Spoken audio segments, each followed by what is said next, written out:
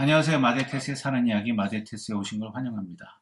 시간이 너무 빨리 지나갑니다. 그쵸? 2021년. 좀 잡아둘 수 있으면 참 좋은데 잡아두지 못하는 것은 저희 그 발달적인 혹은 자폐 혹은 또 다른 장애를 갖고 있는 가정에 걱정이라고 생각이 되어집니다. 사실 조급하죠. 아이는 나이가 먹어가는데 어느 정도 발달이 되지 않고 있다면, 그래서 정체성을 보이고 있다면 저희들한테 조급한 마음이 들긴 합니다. 근데 우리가 서두른다고, 푸시한다고 해서 그 아이가 빨리 성장을 하거나 빨리 디벨롭 되는 게 아니기 때문에 사실은 야속하죠. 세월이 빨리 흐르는 거에 대해서. 왜냐하면 세월이 빠르게 흐른다는 거는 그 아이도 크지만 우리도 또한 physically, mentally 쇠약해져 가고 있다는 걸 반증하는 거기 때문이죠. 그래서 오늘은 우리에게는 이런 어려운 아이도 있지만 싱글인 가정도 있으세요. 그 외아들, 외동딸, 외동아들인 집은 그 형제 자매가 없어서 또 그들이 겪는 어려움도 있지만 저희 집 같이 형제가 있는 집, 다행히 저희는 큰애는 그 정상 아니라서 동생이 좀 불편한 거에 대해서 많이 이해를 하고 도와주려고 하고 동생을 또 끔찍히 생각하는 친구이긴 한데, 그리고 어티즘, 어렸을 때는 그거에 대한 궁금증도 아이가 좀 있었어요. 자기 동생은 왜 그렇게 못 노는지에 대한 궁금증도. 그래서 얘기를 많이 해줬던 것 같고요. 오늘 그 시블링 테이크 케어에 대해서 좀 얘기해 보려고 합니다. 형제자매 테이크 케어 하는 거에 대해서요. 사실 어린아이 때는 잘 모릅니다. 저희 가정 했던 것처럼 그 정상인 아이에게 그 어티즘이 뭐고 발달장애가 뭔지를 설명을 해줄 필요가 있습니다. 근데 이거를 네가티브하게 설명할 것이 아니라 파지티브하게 긍정적으로 설명해 줄 필요가 있다고 봅니다. 그래서 아이에게도 긍정적인 생각이 들도록, 그래, 우리 언니, 오빠, 형은 좋아질 수 있고 남들보다 느리지만 좀 특별한 사람이야 라는 어떤 인식을 주는 게 굉장히 중요합니다. 저희 큰애는 스피크업을 합니다. 자기 문제에 대한 스피크업을 잘 못하는데 동생이 주변으로 뭐 어떤 불이익을 당하고 있다라고 형이 느끼면 그 스피크업 할 수 있습니다. 동생에 대해서는. 그러니까 그런 어떤 그 아이들 피어들끼리, 그 동기들끼리의 어떤 그 서포트도 만들어줄 수 있고요. 어, 그래서 동기들끼리도 우애가 더 돈독해질 수 있는 그런 기회가 되기도 합니다. 그렇기 때문에 우리가 그 어티즘에 대해서 설명을 잘 해주셨는데요. 그냥 네 동생은 이래 이런 게 아니라 어티즘이 이런 거고 왜 너의 형, 누나 혹은 동생이 이런 걸 갖고 있는지에 대해서 잘 설명해 줄 필요가 있다고 봅니다. 저희 집에 오는 테라피스트 중에 한 명도 자기 커즌이 그렇다 그래요. 그래서 자기는 어렸을 때부터 그렇게 같이 자라서 그거에 대한 불편함이 없다 그래요. 그리고 그, 그러니까 궁극적으로 자기가 선택한 잡도 테라피스트인데 그거에 대해서 뭐 자기는 굉장히 아이들하고 민글하고 그러는데 전혀 꺼리낌이 없다고 생각합니다. 요즘 사실 테라피스트 이게 좀 돈이 되니까 돈 보고 하시는 분들도 좀 계세요. 그래서 조금 그게 좀 아쉬운데, 그러니까 성심성의껏 하는 사람과 돈 보고 하는 사람은 우리가 집에서 테라피를 받다 보면 압니다. 근데 뭐 이게 이렇게 표면적으로 드러나는 일이 아니니까 어떻게 이렇게 재단할 수는 없겠죠. 어쨌든 그래서 아이가 그런 인식을 가지고 내 형제를 잘 테이크할 수 있도록 해줘야 되는데, 문제는 또 뭐냐면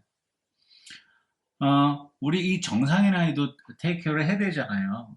일단 정상인 아이에게 네 형제 혹은 동생이 이런 증세를 갖고 있다 설명을 먼저 해주는 게 가장 중요하고요. 두 번째는 이 우리 발달장애나 뭐 자폐 아이와 함께 이 정상인 아이, 이 형제를 같이 데리고 나가서 노는 것도 굉장히 중요합니다. 서로를 도와주고 서로를 이해하고 서로를 섬겨줄 수 있는 그런 것을 가르쳐 줘야 되고요. 두 번째는 또 이 정상인 아이도 이 정상인 아이의 니드가 있습니다. 이게 감성적인 니드인지 정신적 니드이든지 혹은 피지컬 신체적 니드이든지 이 니드가 있기 때문에 또 이 아이는 또 따로 가서 시간을 내서 같이 놀아야 줘야 됩니다.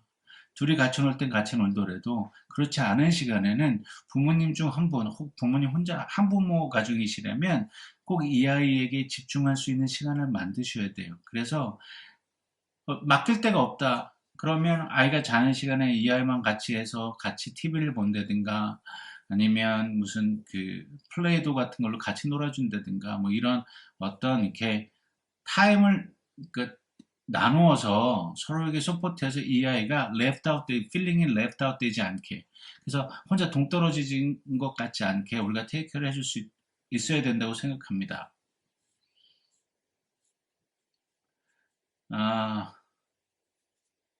그리고 세 번째는, 우리 이 아이가, 그 정상적인 아이가 얼마나 귀하고, 그리고 그 동생이나 형의 필요를 채워줄 수 있는 아이며, 그리고 우리 부모님한테도 어떤 그 역할을 하는지에 대해서 설명해주고 칭찬해주고 하는 게 되게 필요합니다.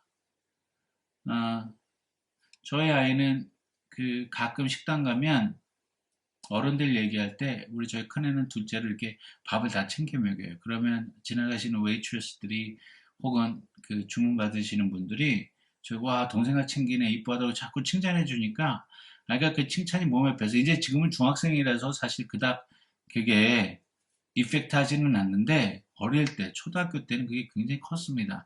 아이가 칭찬을 받으니까 꼭 가면 동생 거 먼저 챙기고 그러더라고요. 물론 부모님이 옆에 있어서 물론 most of the time 우리가 먹여주고 이렇게 챙겨주지만 이제 어른들이 얘기하고 좀 이렇게 중요한 주제를 얘기하다 보면 어른들이 그러면 형이 동생을 이렇게 체크하는 경우도 종종 있었습니다.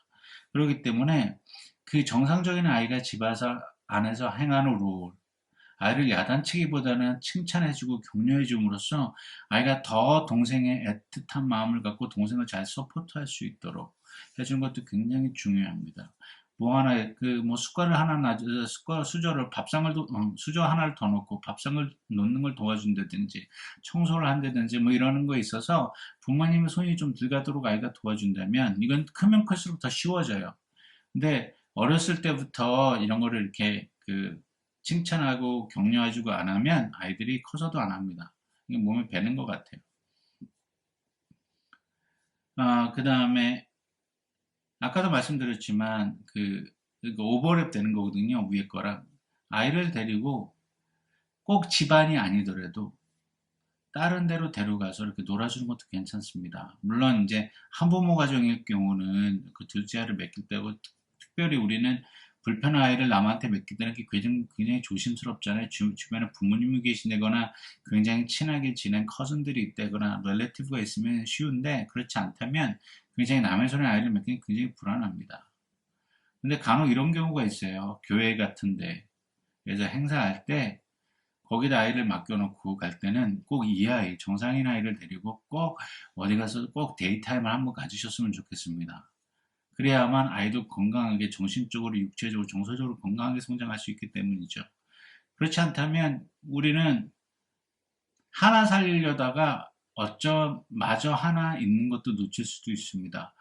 삐딱하게 나갈 수도 있거든요. 아이들이 그 관심과 보호를 못 받으면 역시 그 아이들이 그게 누적이 돼서 청년기 사춘기 혹은 그때 어떤 마인드가 삐딱하게 틀어지기 시작하면 겉돌 수가 있습니다. 그럼 굉장히 잡기 힘들어요. 그렇다고 우리가 이 불편한 애를 또 도외시할 수도 없기 때문에 어떤 경우는 어떤 일이 생기냐면 그래 너는 멀쩡하니까 네가 알아서 살아 나는 얘랑 살게 뭐 이렇게 되는 극단적인 가정도 좀 있더라고요. 그렇기 때문에 우리가 그 아이에게 또 소홀히 할 수 없는 부분들이 좀 있습니다.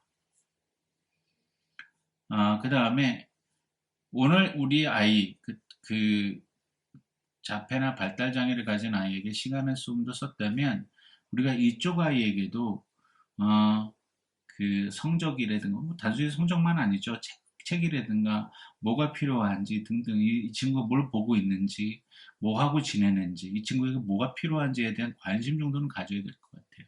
사실은 우리는 이그저스트 내죠. 번아웃 돼서 탈진 상태에서 우리는 양쪽 다 보기 굉장히 버겁습니다. 그럼에도 불구하고 우리는 이 아이에게도 관심과 사랑을 줘야 되는 건 당연한 거고요. 얘에게 필요한 것도 들여다봐야 된다는 거죠. 둘째 아이에게. 뭐 멀쩡한 아이에게도. 그 다음에 여섯 번째입니다.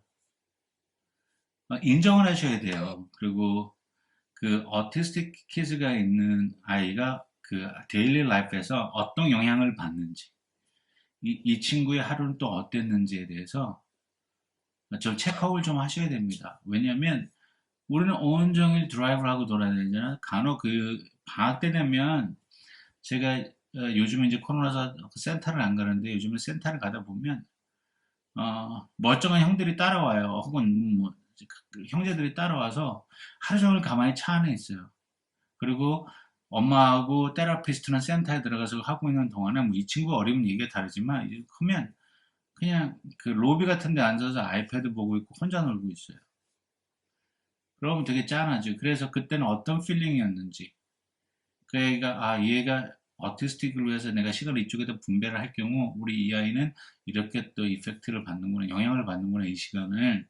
그런 거에 대해서 인정. 그래, 너 혼자 노느라고 심심했었지. 뭐 그런다, 내가 너를 알고 있다라는, 너를 인정하고 있다. 네가 지금 웨이스트하고 있는 타임을 내가 알고 있다. 이걸 보상을 해줄게라는 어떤 그런 관심, 뭐 인정, 이런 거겠죠. 이런 게 필요하다고 봅니다. 그리고 얘기를 해주셔야 돼요. 너랑 이 아이가 결코 다르지 않다. 그래서 가족에서 떨어지지 않는다라는 어떤 그 바운딩되어 있는 느낌을 가질 수 있도록 아이를 이렇게 자주 도닥거려 줘야 됩니다. 저희는 다행히 와이프랑 저랑 그 저희 집은 다행히 분업이 되어 있습니다. 뭐 그래서 제가 큰 아이를 데리고 종종 나가서 캠핑도 하고 그래요.